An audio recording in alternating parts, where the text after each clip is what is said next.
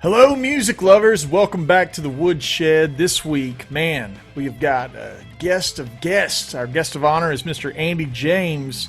Andy and I have known each other for many, many years, and in my opinion, Andy is one of the best metal players that's come out of the past 2 decades. Like you kind of nail everything that I love about the riffing.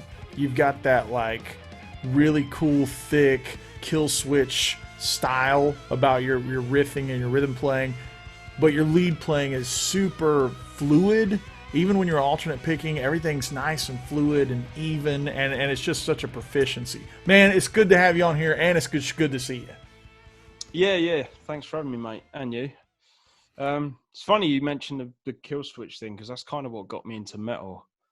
I remember I saw obviously I was always into guitar and all that, but I saw a video for End of the Heartache and I was just like, wow, what's this? I need to fucking figure out what it was.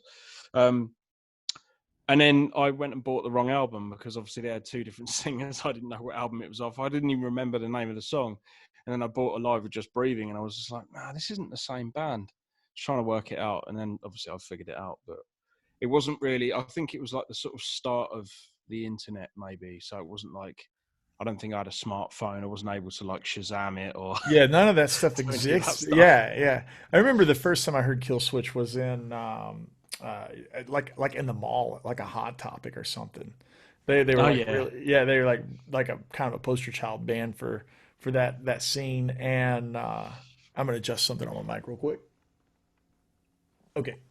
Um, yeah. So when I came across your playing, I think you had it was again. You're one of that graduating class of Petrucciforum that we always like. Yeah, I know. Yeah, I it's like. mad, isn't it? I've already talked to Rick to get him on. Once Rick is on, then we will have the full Completed. graduation class. But in that scene, when all that was going on, and Kill Switch was popular. Avenged Sevenfold was coming out. All of those styles of bands were all kind of hitting Yeah. at the same time. And I believe the Kill Switch singer that I liked was name was Howard, black guy, right? Howard, yeah. Yeah, Well, he was he awesome, was the dude. one from End of Heartache, which is when I got the first album. I was like, it's still cool, but like I recognized that the singer wasn't the one that I originally heard, so I had Yeah, to do a and bit of another research. the one of the great songs I loved was like "My Curse." Remember that tune? Like the Yeah. clean intro. I always thought of Killswitch. They Yeah. were really they were like the Def Leppard of like heavy metal in a lot of ways because everything was Yeah, so maybe. like slick and produced, and the Yeah. hooks were so big. And by hooks, I don't even mean just vocal hooks, like guitar hooks, like like even drum parts. They were like super hooky, and it was just Yeah. it had arena rock kind of vibe going on with it, even though it was like metal. And that's But why just I a bit loved it. edgier. Yeah. I mean, Yeah, isn't like yeah. metalcore the sort of it's like a mixture of hardcore and I don't know, metal, I suppose. Yeah, it was it's kind of opposite of bands like Norma Jean or something like that. It was you Yeah. know what I mean? Like they were like rowdy, and like Yeah. Killswitch had that like polished edge, even though they were super heavy.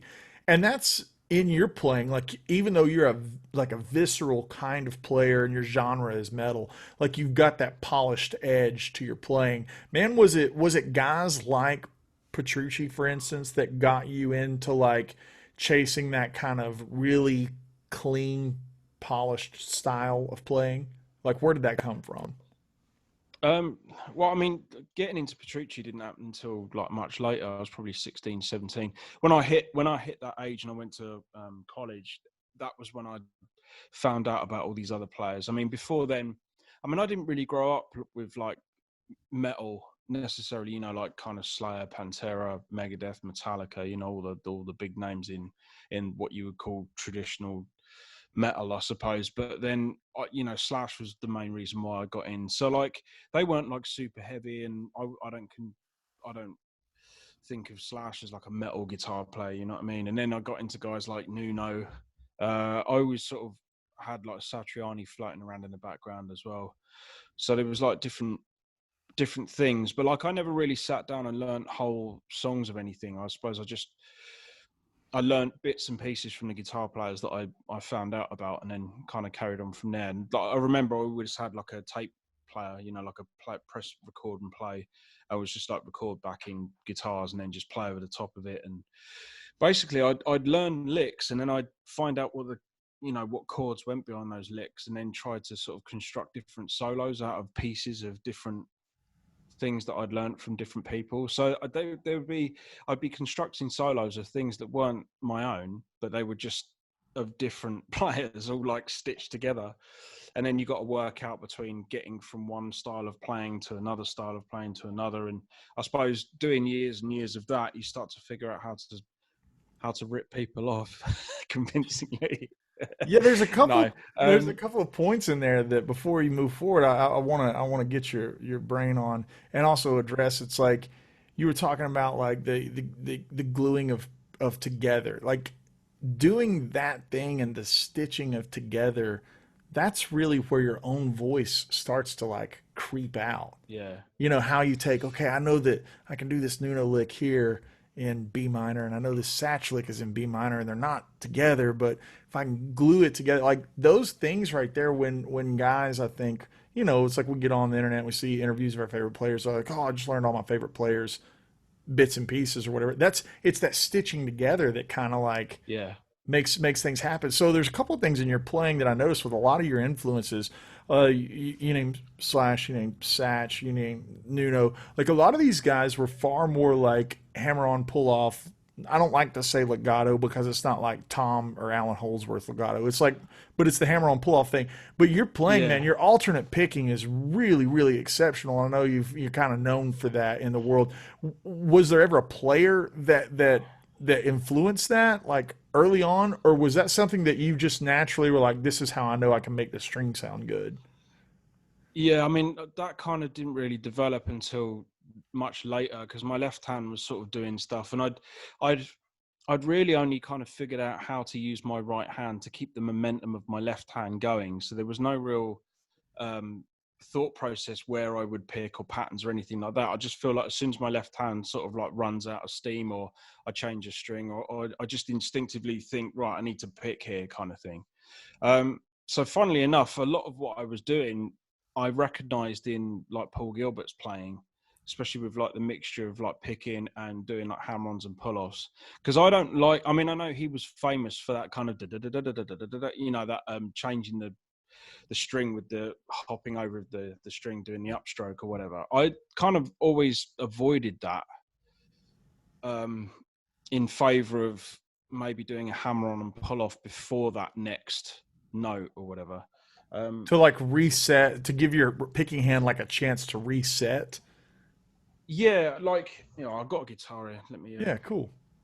And I like the way you use the term. You recognized it in Paul Gilbert because I'm assuming by the time you got to Paul's playing, you'd already kind of developed things that were like AJ things. You know what I mean? Well, yeah, but he Terrifying Guitar Trip was like the first thing that I got of his, right? Let me just turn my amp on.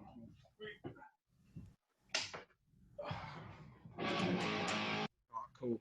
So yeah, it was like being able to play these sort of three things together. So it was like the same three notes on each string, and then it was sort of figuring out this kind of thing.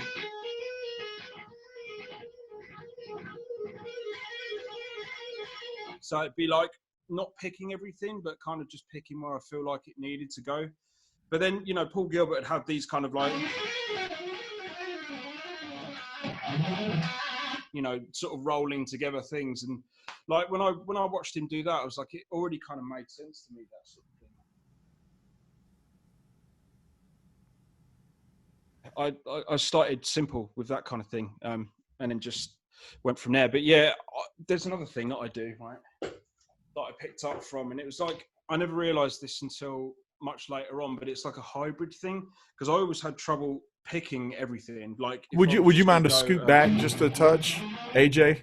Will you mind to scoot back just a touch? Yeah, that's great right there. That's great. So that kind of thing, right? You'd probably pick all of that because you're quite comfortable with doing that sort of thing. I'd probably pick the first two notes and then hammer on the third. So it'd be like, and then the same coming down. So that would be how I could get like speed out of it.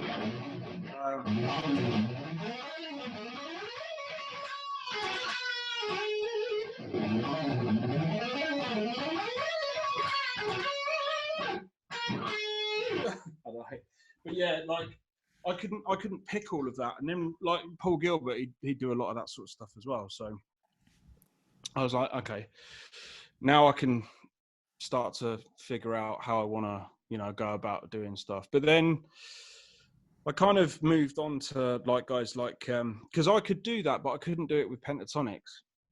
And that was the one thing I really wanted to be able to do, was pick like the 2-note per string stuff and all of that. Yeah.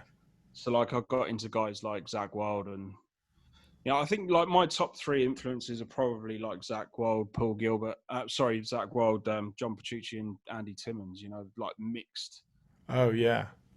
Mixed together. But yeah, the 2-note per string thing eluded me for a long time until I found the upstroke. Yeah, right. That's the thing. That's the thing that makes those 2-note groupings really work, and you can see that even in like Eric Johnson's playing too. It's like all about how you fundamentally come into the upstroke. So everything we kind of talked on. He's like the only other player I've noticed that does that upstroke with the pentatonic stuff. Because doesn't he change his directional pick depending on where he's going? So if he's going that way, he'll use a downstroke, and then he's coming that way, it'll be an upstroke. Is that right? Yeah, it's interesting because it seems like he's built his technique to kind of be a fundamental guideline for the line itself, for like whatever the line is. It's like he has different techniques to play the line, whereas you take a guy, myself included, or like a Steve Morse, it's like just alternate pick everything. You know what I mean?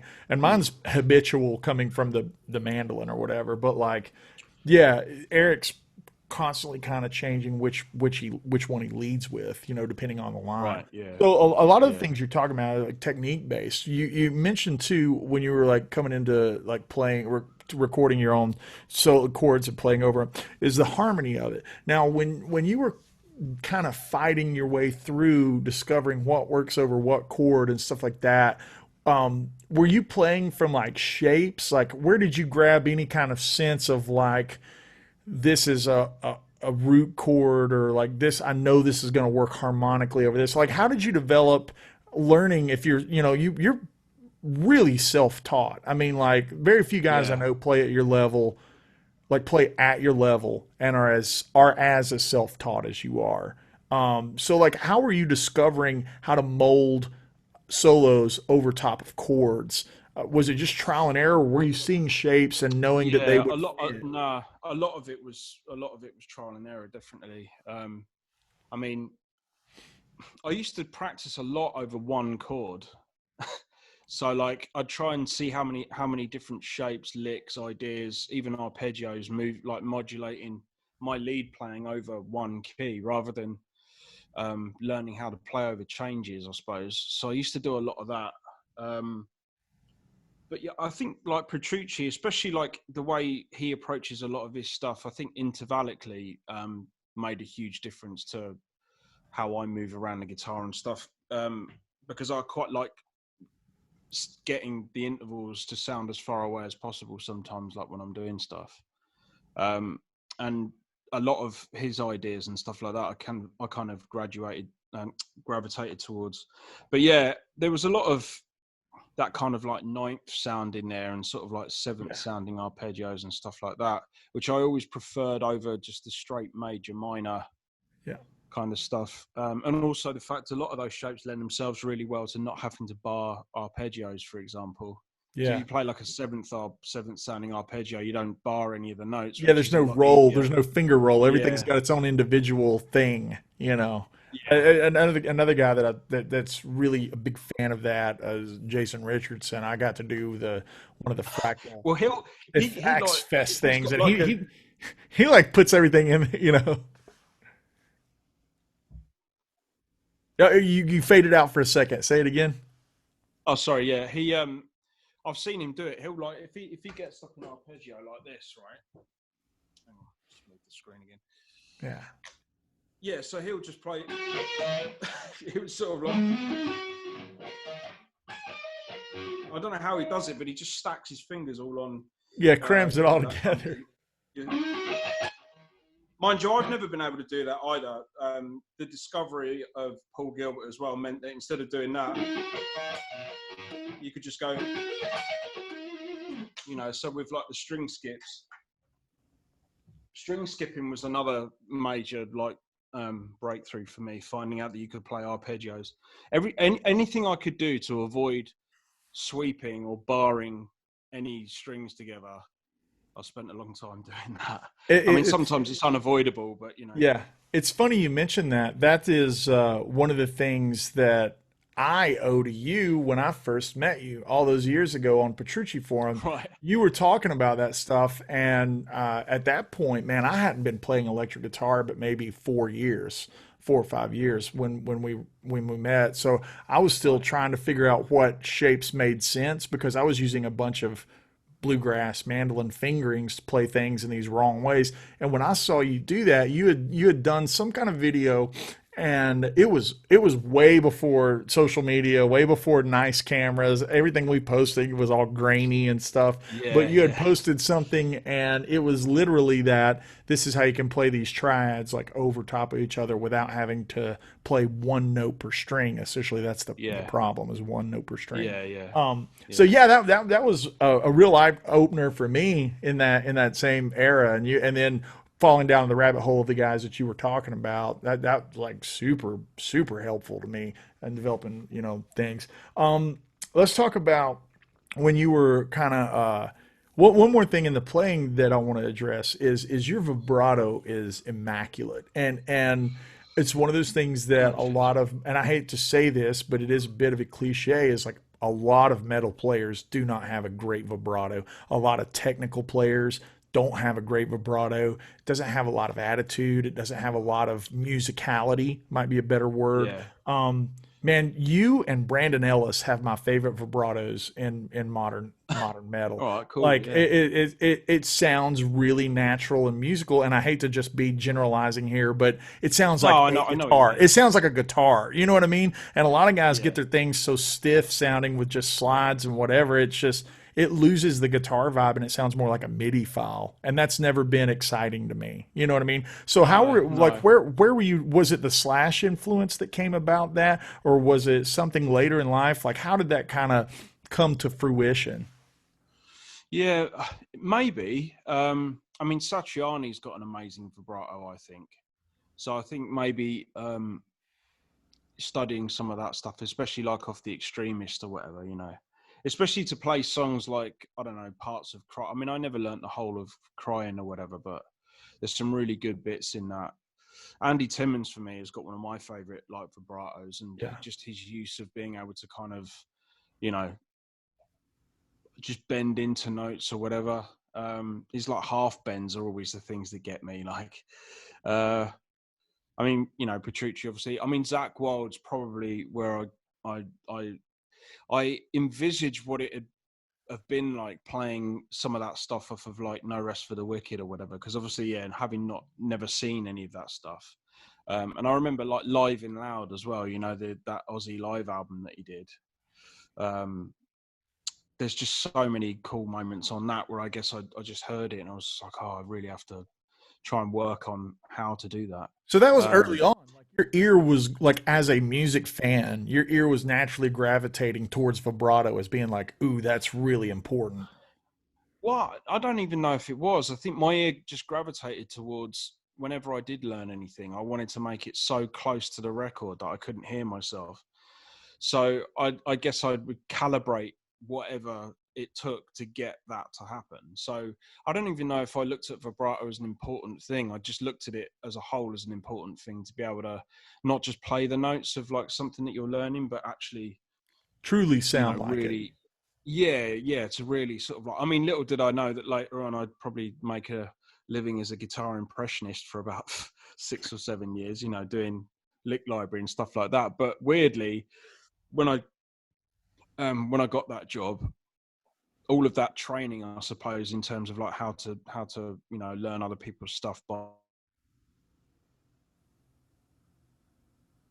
as possible to the original came in handy, And also the other thing I want to mention is, back when I was like listening to tapes, right, before CDs, there was no like, there was tab, but it wasn't like something readily available. There was no internet. You couldn't go on YouTube And have a look tabs, a at lot of someone, times at that time were wrong. Like the book and the tablatures would be transcribed; they wouldn't be accurate.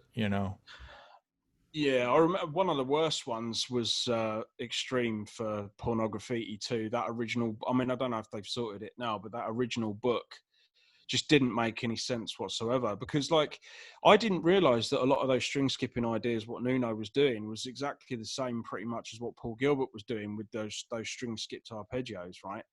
I don't even think whoever transcribed that Pornography book knew what string skipping was, because it weren't written in any way that would make any fluid sense on the instrument. So I once I'd learned that that's a different way you could play arpeggios, I kind of went back to some of that stuff and I thought, fuck, this is so much easier than trying to do it. But weirdly, you make mistakes learning stuff, and in that you make some discoveries as well about something that's cool that wasn't intended. Like you're listening to a play, you kind of fuck something up and go, oh yeah, that was cool. And it's those moments that make you, I think, because Man, that's then super important. Yes. Yeah. And Yeah, then, that's great. hopefully you have like a load more of those moments. But Vinnie Moore was another one, actually. Like a lot of my arpeggio ideas that I kind of started doing was from one Vinnie Moore tutorial. I'll show you. So there's one Vinnie Moore tutorial, and I can't remember exactly what it was now, but it was an arpeggio that went something like...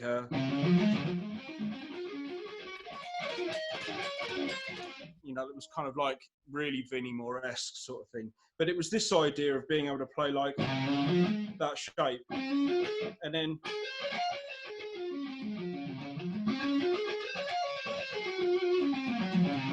and I really liked the sound of that. So it was just learning that pattern.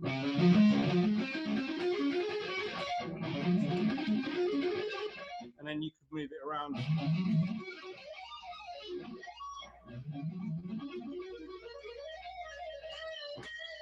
So I use that in a lot of my approach to either pentatonics or arpeggios, or if I'm going to launch into anything, it usually starts with that idea. And so that's a Vinnie Moore thing, definitely. But it was like one lesson.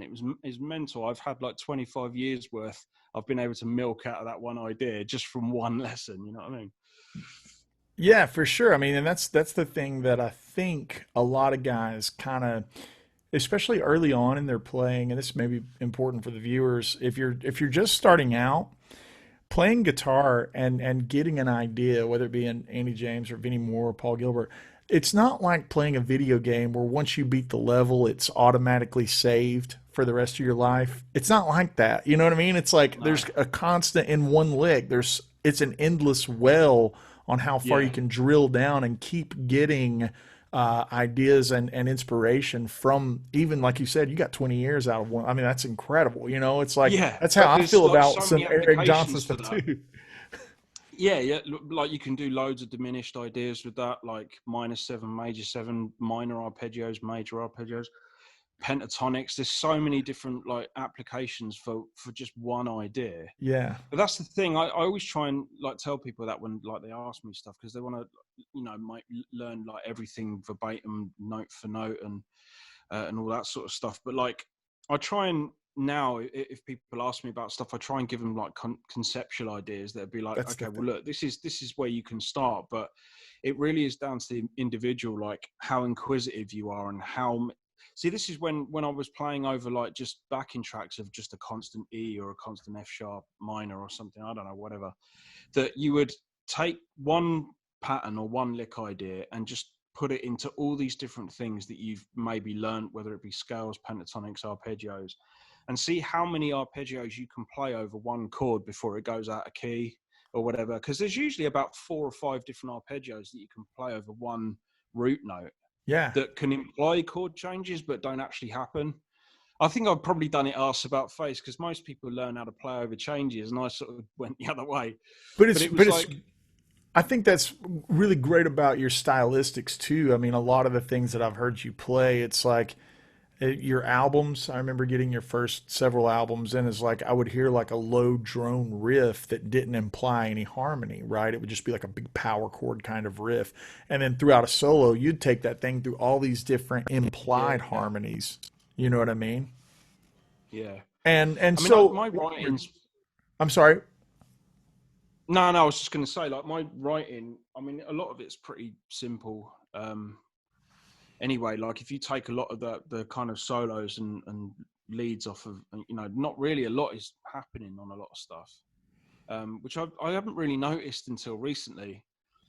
Just doing like backing tracks, like because this album I've just been bouncing like backing tracks out just to probably eventually put out or whatever. And I was sort of listening to it, and I'm like, fucking hell, the difference between the lead being on the track and then not being on the track is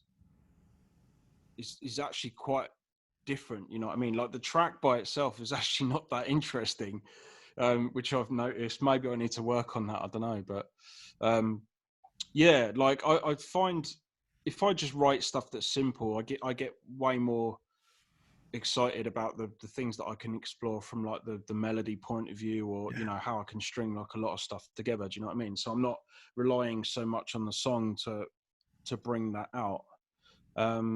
It's It's a only bit really like like the an ballady tracks Yeah, it's a bit like an that empty do that. canvas. You know what I mean? I Yeah, get that because as over the past couple of years, I've really been digging like the Allman Brothers and Southern Rock and stuff. And when they get into those jams, they play for ever on like one chord, yeah, and it's like it's like, oh man, now I can go in all these different directions, man. So like in one more technical thing that I want to talk before we get out of technique is yeah. Okay, mate. how fluid you are with just implementing a tapped note, a series of tapped notes, and coming in and out of that. Like, where did that kind of fluidity? Was that a Petrucci thing with the sweep taps, or like a line and a tap? I know there's so many ways that you use tapping, and I'm trying to put a point on it. But like, where Yeah. did that develop, and how did you really polish that? You know?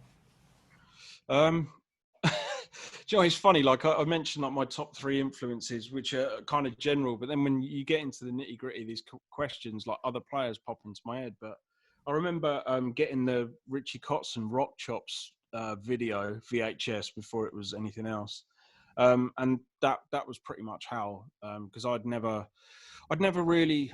I wasn't that great at sweep picking. It was just something I always felt I kind of like just fisted my way through rather than Yeah. could actually, do it properly. You know what I mean? I'd like, you could hear the first note and the last note and everything in between was sort of pretty ambiguous, kind of still is in a lot of ways.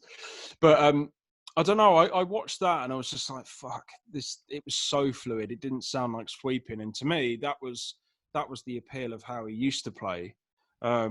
Because I don't know, I probably wasn't really a fan of that whole raking, kind of thing. The only person I think I really was aware or I could tolerate doing it back when I discovered him was Yngwie Malmsteen. Yeah. Um, but again, he had his kind of own, obviously his own thing It's, on. everything he does has a delivery that's specific to Ingve, and it's like it doesn't Yeah, matter what technique or how he's doing it. It always he's got his thumbprint on it. It's like now this is yeah. Ingve's sweeping. This is Ingve's like. Well, it's like Well, he's and got a way of also, like just taking it and making it his. Yeah. yeah, but I mean, yeah, but also I feel like that's where it all started. Yeah. So you've got him, and then everybody else was kind of trying to do that. So maybe I just inadvertently gravitated towards the source of that and ignored a lot of the other stuff. Yeah. But what Kotzen was doing was vastly different to that. I mean, I don't want to say it was like more musical, but I think intervallically it made me more excited about what he was doing. So like, Well, he explored a uh, lot of those extensions that I hear in your playing. Like yeah, the yeah, high, the add of the nine or whatever it may be, the add of a six or a yeah, 13, whatever. It's like you could hear that, especially some of that old. It would have been like during the Shrapnel days, right, with him and Greg Howe, and like that. Both of oh those guys yeah, were those albums. exploring that thing. Yeah. Um, Was yeah, it man, you Project do and that. Tilt, wasn't it? Yeah, yeah. You do that stuff extremely well in an environment where I don't hear a lot of guys, doing it like that. You know what I mean? Like the way you've kind of brought it in. Speaking of your career, since I've known you, man, you've just you kind of started in that same pool of all of us, and then you had this huge lick library bump with YouTube development, all that stuff. Next thing you know, it's Yeah. like, dude, you're going out with Five Finger Death Punch. So like you did the European thing, and Yeah. you don't know how I was jumping up and down, like happy for you when I saw that announcement. I was like, hell yeah, man! Like nobody deserves that gig more than AJ.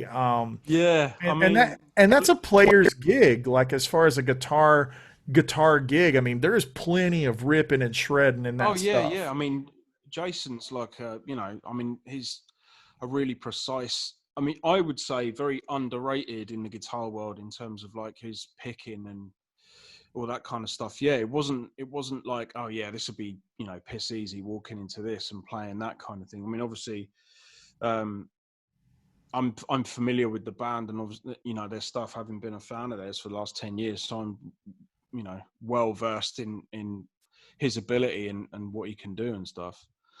But yeah, it was mad. But I mean, like you say about the whole career thing, it's like the Lick Library thing was like, um, it all stemmed from like a guitar competition, sort of like entered into that, went through the whole thing, ended up kind of, being lucky enough to win it. And then I got to know Jamie Humphreys, well, because he was working for Lick Library for a long time, and they needed someone who was doing more of the metal thing. And I was kind of knocking around with Ernie Ball,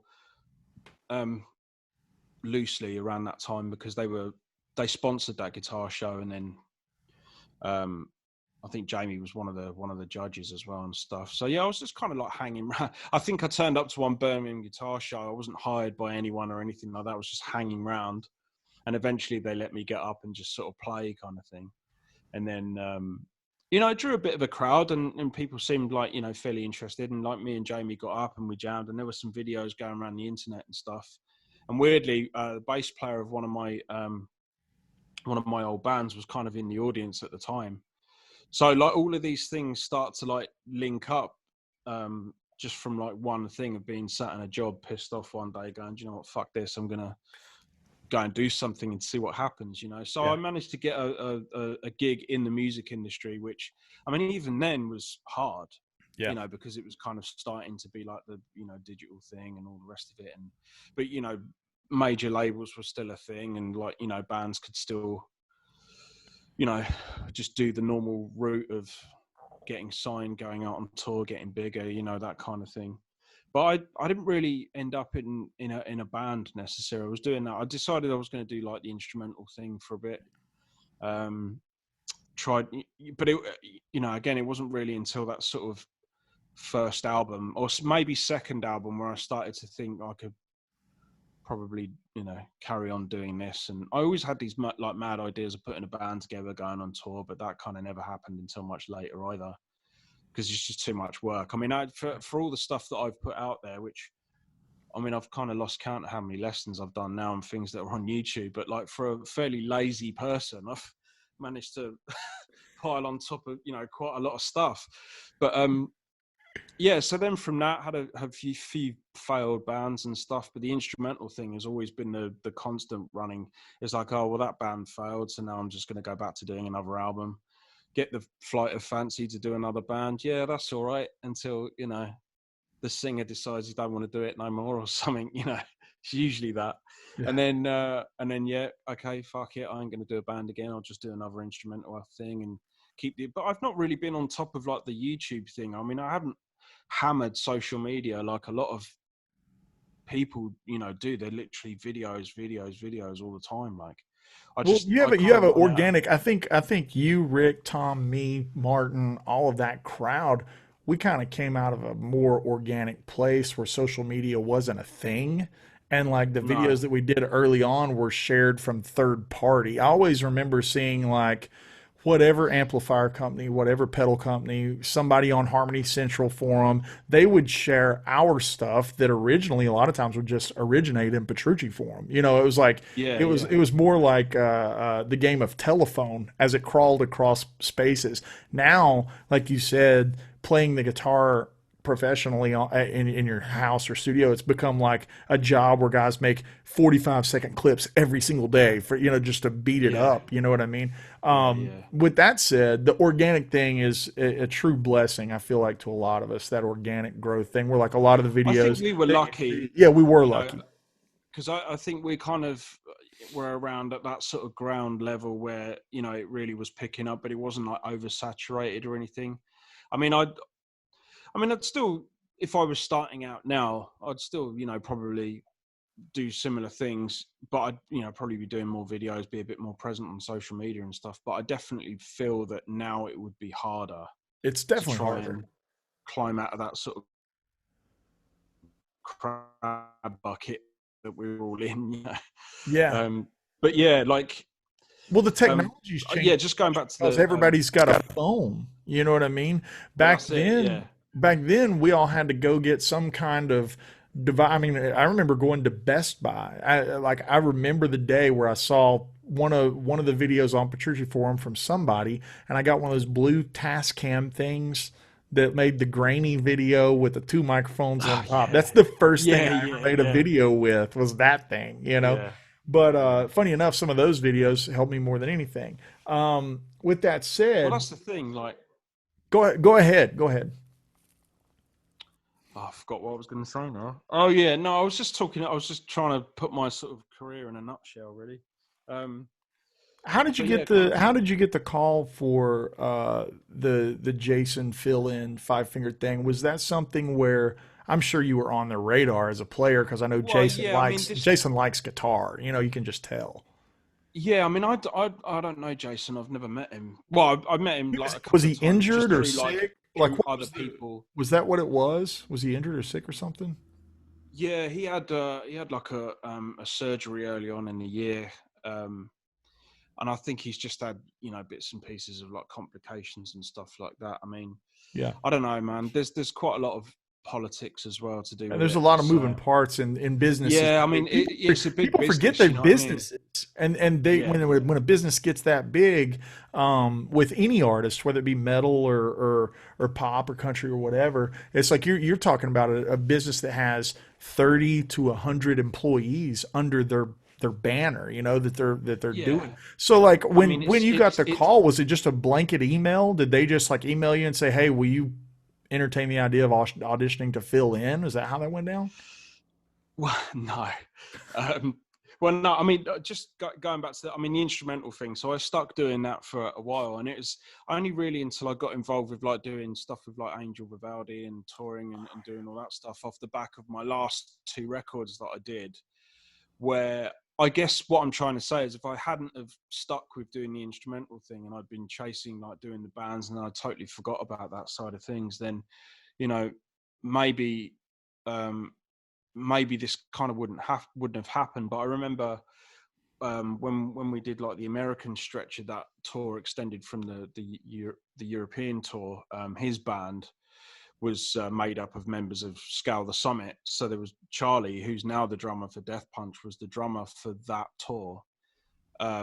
So, you know, we kind of, you know, we got on and stuff like that. You know, we'd a couple of times because we were like probably the only two people that drank on that tour. Like, I mean, there was a few others, but like, you know, we'd go and find somewhere to go and hang out and have a drink and stuff and just chat. And, you know, we kind of hit it off like that, I suppose. So I was like you when Charlie got the gig with Death Punch, I was like, fuck yeah, that's the one. You know what I mean? Like, and I remember going into Sainsbury's, which is like a supermarket here, and there was like the Metal Hammer thing, and it was the first shoot that he'd done, and he was standing there looking all hard, you know, with everyone else.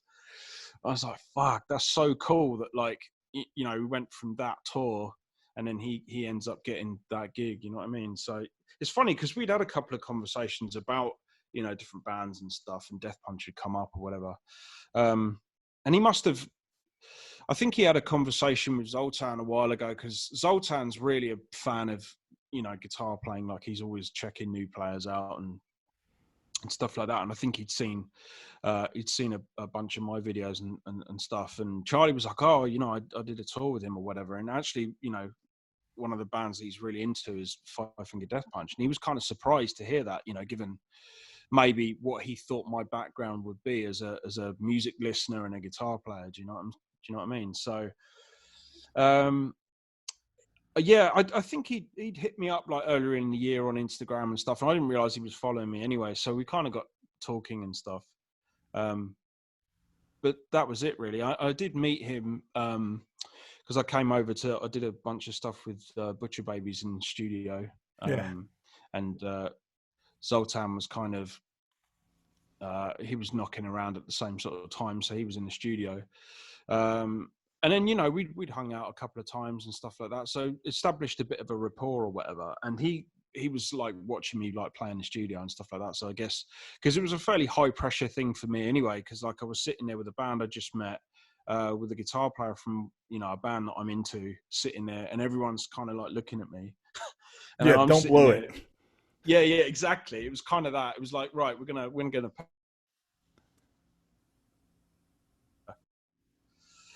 So I'm like, fuck yeah. Well, you know, you have to somehow just blot all that out, turn the awesome switch on, and just fucking get on with it. That's really it, though. When I, about getting gigs, I think that's a really important point. I want to interject and talk to our viewers and listeners. It's really about being prepared for that situation that is the super high pressure. You can't fall short at fourth and inches if you're in that environment. And I know the Butcher Babies crew fairly well. I've for my rock world has overlapped with that, and I've become, you know, moderate friends with them. It's like when you're in an environment. Again, it doesn't matter if it's a praise and worship mega church or a pop gig or a country gig or a metal gig. If you get put in that environment, that's what your hours, your 10,000 hours of practice is for, is to be prepared for that. Like, dude, I'm in the pressure cooker. Don't blow it. You know? Yeah. I mean, that's the thing. You've kind of just got to, because they're not going to sit there worrying about whether you can do it or not. It's just like, you know, when you buy something from a shop and you just expect it to work, you know, you don't want to kind of have a fault with it, and then you have to spend hours trying to figure out why it doesn't work. You know what I mean? It's like, it's the same sort of thing. You have to just go in there, and whether you're in, you know, inside, you're literally thinking, fuck, you know, you just front it. You know, you don't act like you're scared shitless. You just go, yeah, fuck it. You know, press record and let's see what happens. Let's see what happens. And you're like, fuck, you know. I mean, much the same was like when I've done that Petrucci camp, and, you know, like we all have to get up and jam and like, I mean, the last one I did, it was like me, it was like Guthrie, yeah, exactly. You know what I mean? Once you say his name, it's just like, oh. Yeah, I know. Yeah. And then, you know, Toast and the Bass in, and you got like fucking, I think it was John Finn as well. I know I'm forgetting someone else, which is terrible. And then obviously, you know, John Petrucci. And I'm like, fuck, I'm going first. Fuck you lot. I'm going. I sort of said that. And we never had a chance to like, really jam or whatever we were going to do. And I remember thinking, fuck, you know, this is not your root note jam. This is like 3 modal changes, 2 of which can kind of coexist, which is like the Aeolian and Lydian. Like, you can make that work. But then there was like the Phrygian element sort of like thrown in there.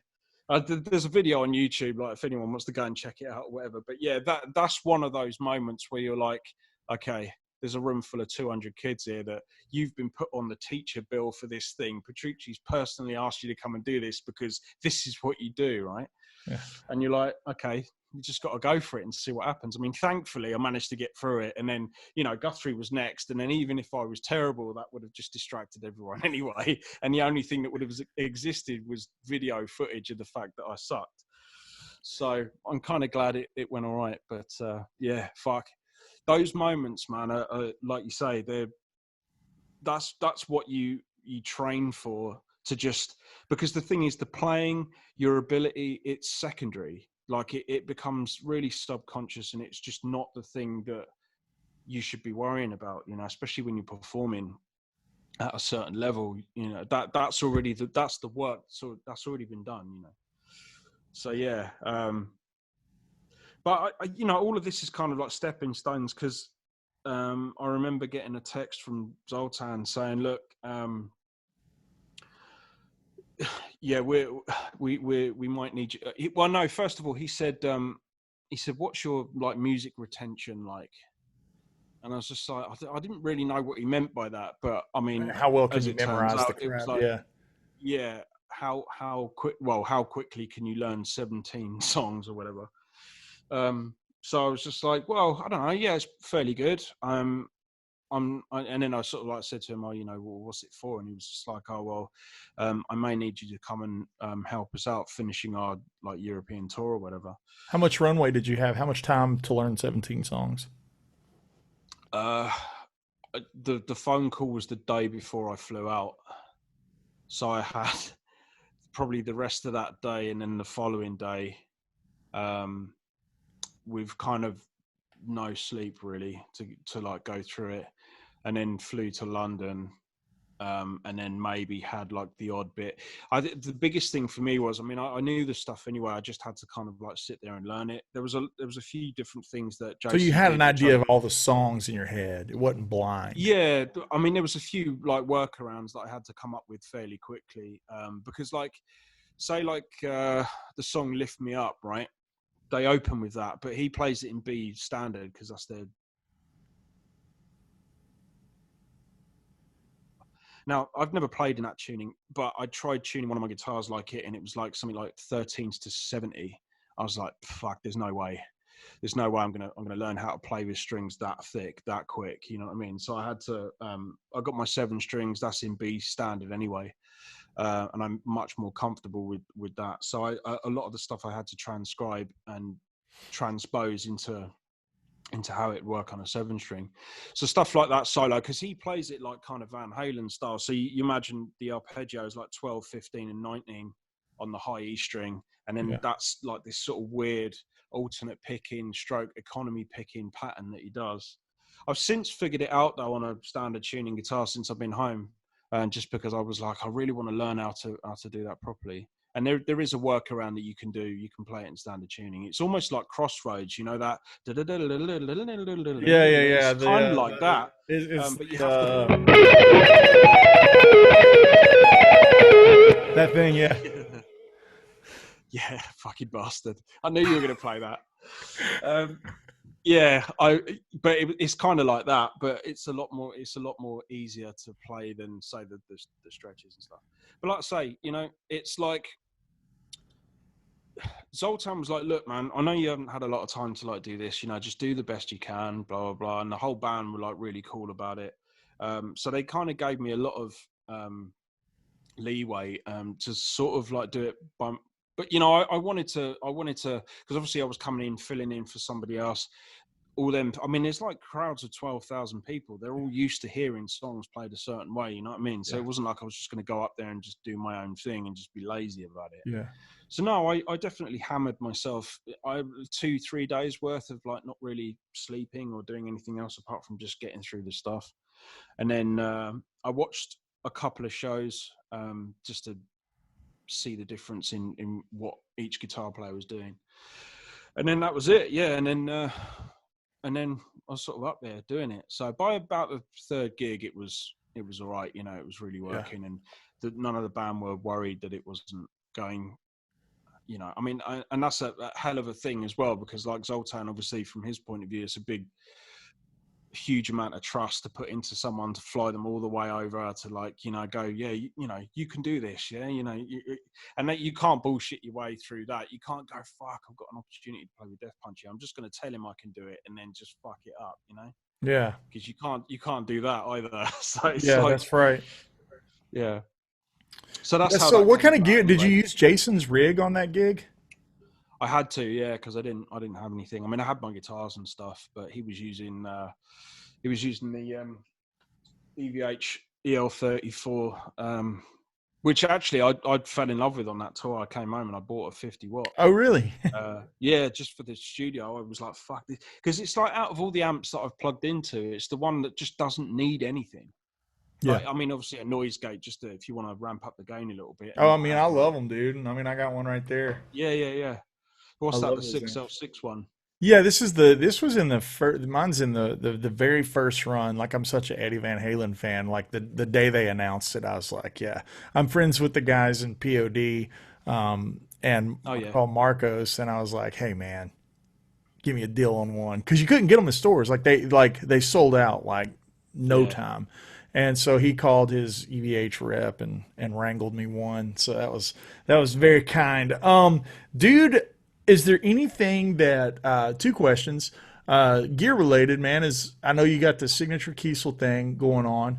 Is there Yeah. anything that you've been playing through? I guess you just kind of answered it with the EVH, but like, what are you playing through these days most of the time? Are you doing plugins? Are you doing modelers? Are you doing micing up cabs? You know what I mean? Like, what's the way you like to practice, and then what's the way you actually record something? Because when I practice, I'll plug into freaking anything. Microcube's fine. You know what I mean? Well, I mean, you got enough amps there, mate. I mean, it's nice if you got you just sport for choice there, haven't you? Yeah. I mean, yeah, I've got what have I got here? I'll try and angle you down to like my thing.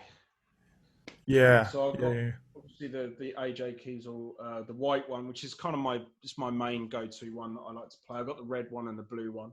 The What blue string one's gauge nice are as you well. using?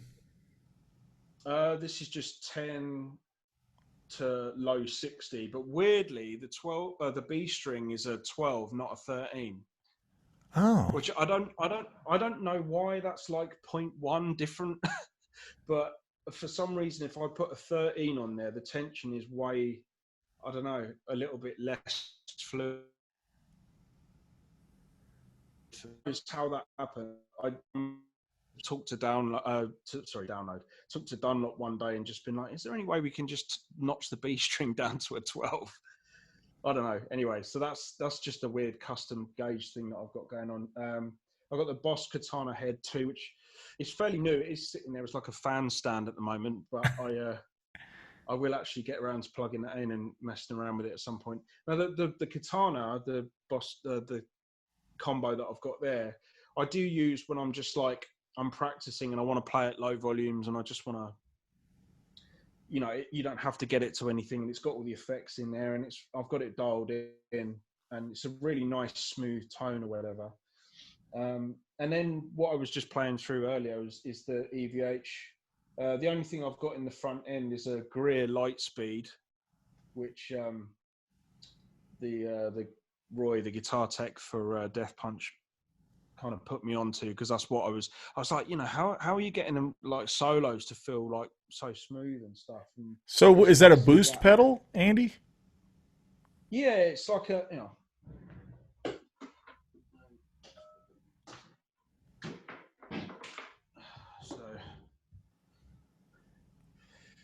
Greer Lightspeed. Apparently, I think he said that Phil X told him about this pedal and was just like, but that's the settings. Literally, just everything at 12 o'clock. You plug Really? it in, switch it on, and it's not like a tube screamer where it gives you a mid bump and takes out some of the low end just to tighten it. It just takes whatever characteristic of your amp is and just makes it slightly more glued together. Wow. I'd like to try that with a Mesa, because I've never managed to get a glued tone out of a rectifier. Me So neither. I'd like to see, I've always really struggled with rectos, and they yeah. feel they feel, I don't know if the right word is stiff, or it makes the guitar feel like it doesn't react like a guitar for It's whatever like reason. wading through treacle, isn't it? It's like that low end that it's fighting you the whole time. It's just flubby and weird. I mean, with the tube screamer, it's kind of manageable, but yeah, even though I think the thing is the low end, it doesn't do anything. It's like off. There's still too much on. Doesn't really make any difference. But Yeah. so yeah, I've got that pedal, and then it just goes into the old Boss SD. No, what was it? CH1, chorus sort of Zach Wild thing, just to give it a bit of a spread, and then a noise gate, and that's it. That's literally my valve set up, and everything's set to 1 o'clock, apart from the gain, which is just about 11 o'clock or something. Yeah, But right on. the EL34 version of that amp is just, it's such an open sound. It's just really nice for, you know, tight rhythms, lead playing. Because I like to have a rhythm tone that I can play lead on as well. I don't like to foot switch between the two, but it has to be tight enough to do that kind of rhythm and still have enough gain to do like the solos without feeling like you're fighting it. And it's hard to find in an amp, man. Like I plug into a lot of amps, and you either, I mean, I could play without that Greer pedal. Like you just wind in the gain a bit more, and you can still do the same thing. But yeah, it's rare to find that, I think. And like the moment I plugged into that, I went into like Guitar World and stuff and just saw it, because he had like 3 EL34 EVH. I mean, it was the other two were just spare. You just had like the one, you know, working, and then just a bunch of, but it wasn't really a massive, you know, chain of rig or anything, you know what I mean? It was just a few racks here and there, wireless head, because they go direct as well into the PA. So the cabs on stage are purely for, Ivan's the only one that doesn't use in-ears, so he has everything like super loud on stage. Right. And I guess that kind of helps him with, you know, because maybe he just doesn't, I don't know the reason why necessarily, but I do remember, however, like on one of the gigs I was near the side fill, and I kind of just, you know, gone to like sort of bang my head or whatever, and like the seal broke on my in-ears, and I just heard how loud it was, and I was just like, fucking hell. So it's just a good job you've got that seal in there, otherwise you'd be walking away like with tinnitus, you know, the whole time. But yeah, everyone else is on in-ears, and there's Palmer speaker simulators that go to the front of the house. So the cabs are on stage, you know, for the vibe and stuff, but none of that's mic'd up. So Right. but yeah, I really like the sound of that. So I went out, I bought one, and I don't know, I was just like, it's definitely the best valve amp I've ever played, because it feels like you're playing digital. Yeah. Which I know sounds a bit weird. You know, why play you know, like with a valve amp, you want it to feel like a valve amp, which it does, especially when you get it going on the volume and stuff. But I've always been a fan, like the way they almost don't react fast enough on a lot of amps. I don't know if you feel like it doesn't keep up with you, you know? But so I've always had like Kemper into a valve power amp, or like some kind of effects unit that's been my preamp into a valve power amp into a cab mainly. So I've been using the Kemper for like the last 4 years or whatever, just for my main live tone.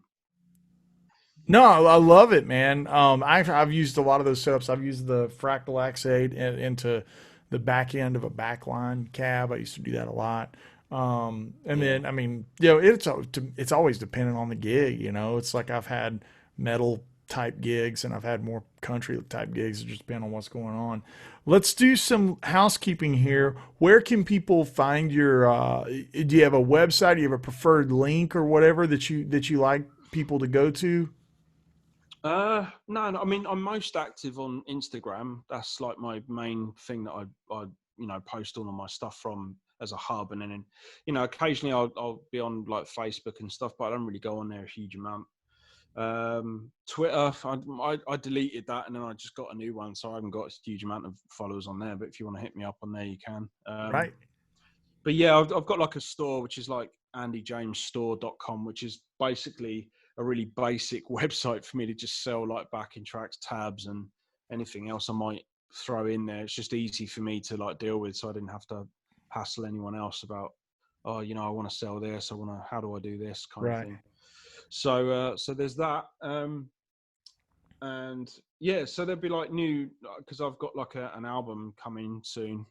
So a song came out, what was it, last week or something. But again, it was like, you know, I was in lockdown, right, as Yeah. everyone else is, and I was just bored. So it was an album that I wasn't even planning on doing, really. I mean, people might hear it and go, shouldn't have bothered.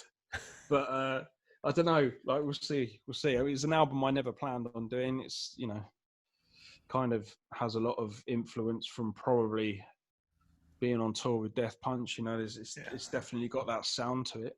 Yeah. But Right you on. know, that's the thing about music. It kind of like, I don't know, it's a bit of a snapshot into like where you are, and I suppose whatever you're influenced by or whatever you've been doing, kind of ends up in whatever art you're making, I suppose. I don't know, really.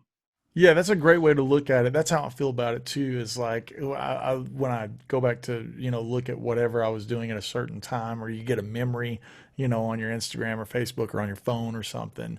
It's always like that musical snapshot. It helps jog the memory. You know what I mean? Like or take you back in time or something. You know what I mean? Love it, dude. Thank you so much for being on. Man, I'm stoked that you've been killing it. That's a great gig, and as always, man, your playing is always inspirational, and I can't wait to hear the new record and kind of get my head around it and take a listen to it, man. Like it's just always just such a vicious display of chops. I mean, it's just always just chock full of great chops and great hooks.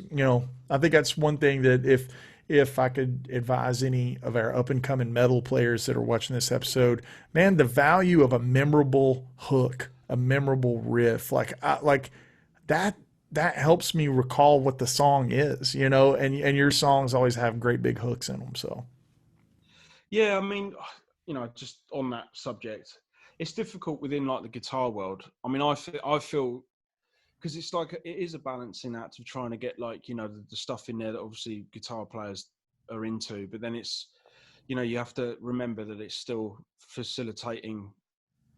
it's being facilitated within a song. You know what I mean? So yeah. I try and keep that element. Sometimes with like my songs, I don't feel like they're technical enough. It's almost like you put a false idea of pressure on you. It's maybe you worried too much about the melody, and it's like fuck. And then you do see people go, oh well, this is fucking boring. Someone said, oh, like your stuff it's always got the same kind of thing. It's always like fucking this or whatever. You should listen to Guthrie Govan because he's like the best guitar player in the world and learn from him. And it's like. Yeah, but the problem that I have with the statement like that is one, yeah, I agree. I mean, I'm not gonna sit here and deny that because it's fucking true, but probably on both counts.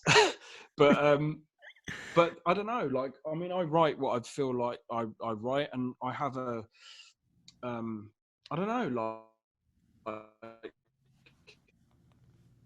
like my stuff. And I like to write my songs like that because, like you say, I like to hear like melody and stuff as well. Because the thing is, if I could sing, I would probably do albums that had choruses and vocals and then just had the solos. But I've not been blessed with a voice that I would wish on my worst fucking enemy. Do you know what I mean? So I have to kind of write songs that almost serve two masters. You know what I mean? So that's why I write everything the way that I write. Guthrie doesn't write like me. He's a completely different player, and he explores a lot of different styles than I do. You know what I mean? But like, I feel like if I was going to do a country album, right, and it wouldn't be as good as how you do it. So I don't see the point in even giving it a go because it's like, well, look, if you want to listen to instrumental rock stroke country playing done convincingly by somebody that kind of lives that shit, then I would say listen to Andy Wood or whatever. I wouldn't then sit there and go, right, fuck, I need to come up with it, because I feel like it wouldn't be genuine. Like if I'm writing to serve someone's perspective of where they think my career or next album should go, I'd be like, well, I don't know, yeah, but I'd be writing that for you. I wouldn't be writing it for me, And that's the most important thing, is being authentic to yourself. You know what I mean? That's why you got to do it. And two, that's how you become you and build a successful career. I mean, like look at like that's why it's like I respect you so much. Is like when it comes to metal, it's like, I mean, I'd just as soon hear you do it over anybody else, man. It's just like you do all the things I like. It's like there's no need to kind of do something as a bad version of something that's already existing. Just do the best version of whatever it is that you do, Yeah, that's also not like taking a dump on the idea of learning from people. That's not saying that at all. No. You can actually take all those influences. Like, you don't sound like Vinnie Moore, but you talked about how much you got from Vinnie Moore. You know what I mean? It's like one lick equals 25 years worth of milk. That's magic, dude. So, yeah, all of our viewers out there, man, go check Andy James, run his name through wherever you get your music, Apple Tunes or YouTube or whatever. It's great Spotify. stuff, man. Yeah, it's really killer. let's not go there. Yeah, right. Dude, thank you for being on this week. I appreciate you so much, man. It's great to see you, and hopefully when they let the lid off of everything, our musical paths can cross again in person. Yeah, definitely, mate. Definitely. Good to see you, mate. You too. Take care, AJ.